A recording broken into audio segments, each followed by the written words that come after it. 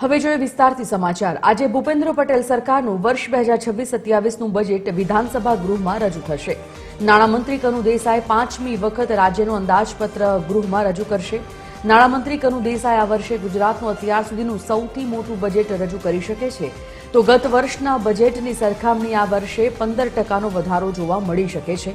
આગામી દિવસોમાં યોજાનારી સ્થાનિક સ્વરાજ્યની ચૂંટણી પહેલા રજૂ થનાર બજેટમાં અર્બન ડેવલપમેન્ટ પર ખાસ ભાર મૂકવામાં આવશે, તો વર્ષ 2030માં યોજાનાર કોમનવેલ્થ ગેમ્સ પર વિશેષ ભાર મૂકવામાં આવશે।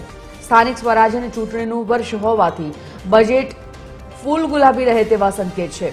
વર્ષ 2026-27નું બજેટ 4 લાખ કરોડને પાર જાય તો નવાઈ નહીં, તો બજેટમાં મધ્યમ વર્ગ માટે રોજિંદા જીવન સરળ બનાવતી યોજનાઓ અને ઘર ઘર સુધી સરકારી લાભ પહોંચાડવાના ઉપયોગ પર ફોકસ કરવામાં આવશે। Associate editor Sonal Anadkat phone line પર જોડાઈ ગયા છે। સોનલ, ભૂપેન્દ્ર પટેલ સરકારનું આજે વર્ષ 2026-27નું બજેટ રજૂ થવાનું છે। બજેટની આશા અપેક્ષાઓ કઈ રીતે જોઈ શકાય આજે?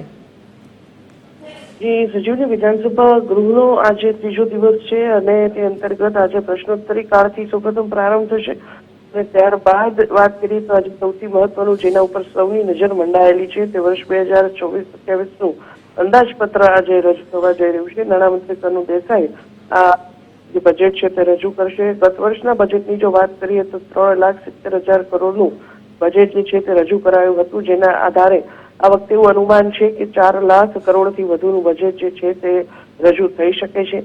ગ્રહણના કારણે ગૃહના ત્રીજા દિવસે એટલે કે આજે બજેટ રજૂ થવા જઈ રહ્યું છે। સામાન્ય રીતે વિધાનસભા ગૃહના બીજા દિવસે નિયમ પ્રમાણે બજેટ રજૂ થતું હોય છે, પરંતુ ગ્રહણના કારણે આજે રજૂ થશે।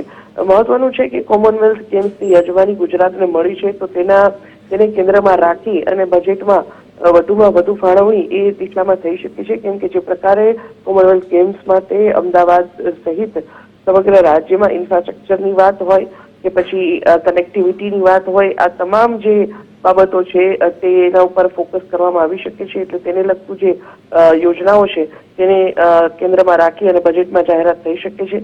સાથે સાથે જ કોમનવેલ્થ ગેમ્સ આયોજિત થવા જઈ રહ્યા હોય, ઓલિમ્પિક આયોજિત થવા જઈ રહ્યા હોય, તો રમતગમત ક્ષેત્રે પણ સૌથી વધુ ગુજરાતના યુવાધનને વાળવા અને એને તૈયાર કરવા માટે થઈને જવાબદારી પણ સરકારની બને છે અને તે અંતર્ગત રમતગમત ક્ષેત્રને લઈને પણ મહત્વની જાહેરાતો આજના બજેટમાં થઈ શકે છે। આ ઉપરાંત શહેરીકરણ અને આંતરમાળખાકીય સુવિધાઓ વિકસાવવા માટે અને સાથે સાથે જ આરોગ્ય, શિક્ષણ અને મહિલા બાળ કલ્યાણ વિકાસ પર પણ આજના બજેટમાં ભાર મૂકતી જે જાહેરાતો છે તે થઈ શકે છે। જી ધન્યવાદ સોનલ, જાણકારી માટે।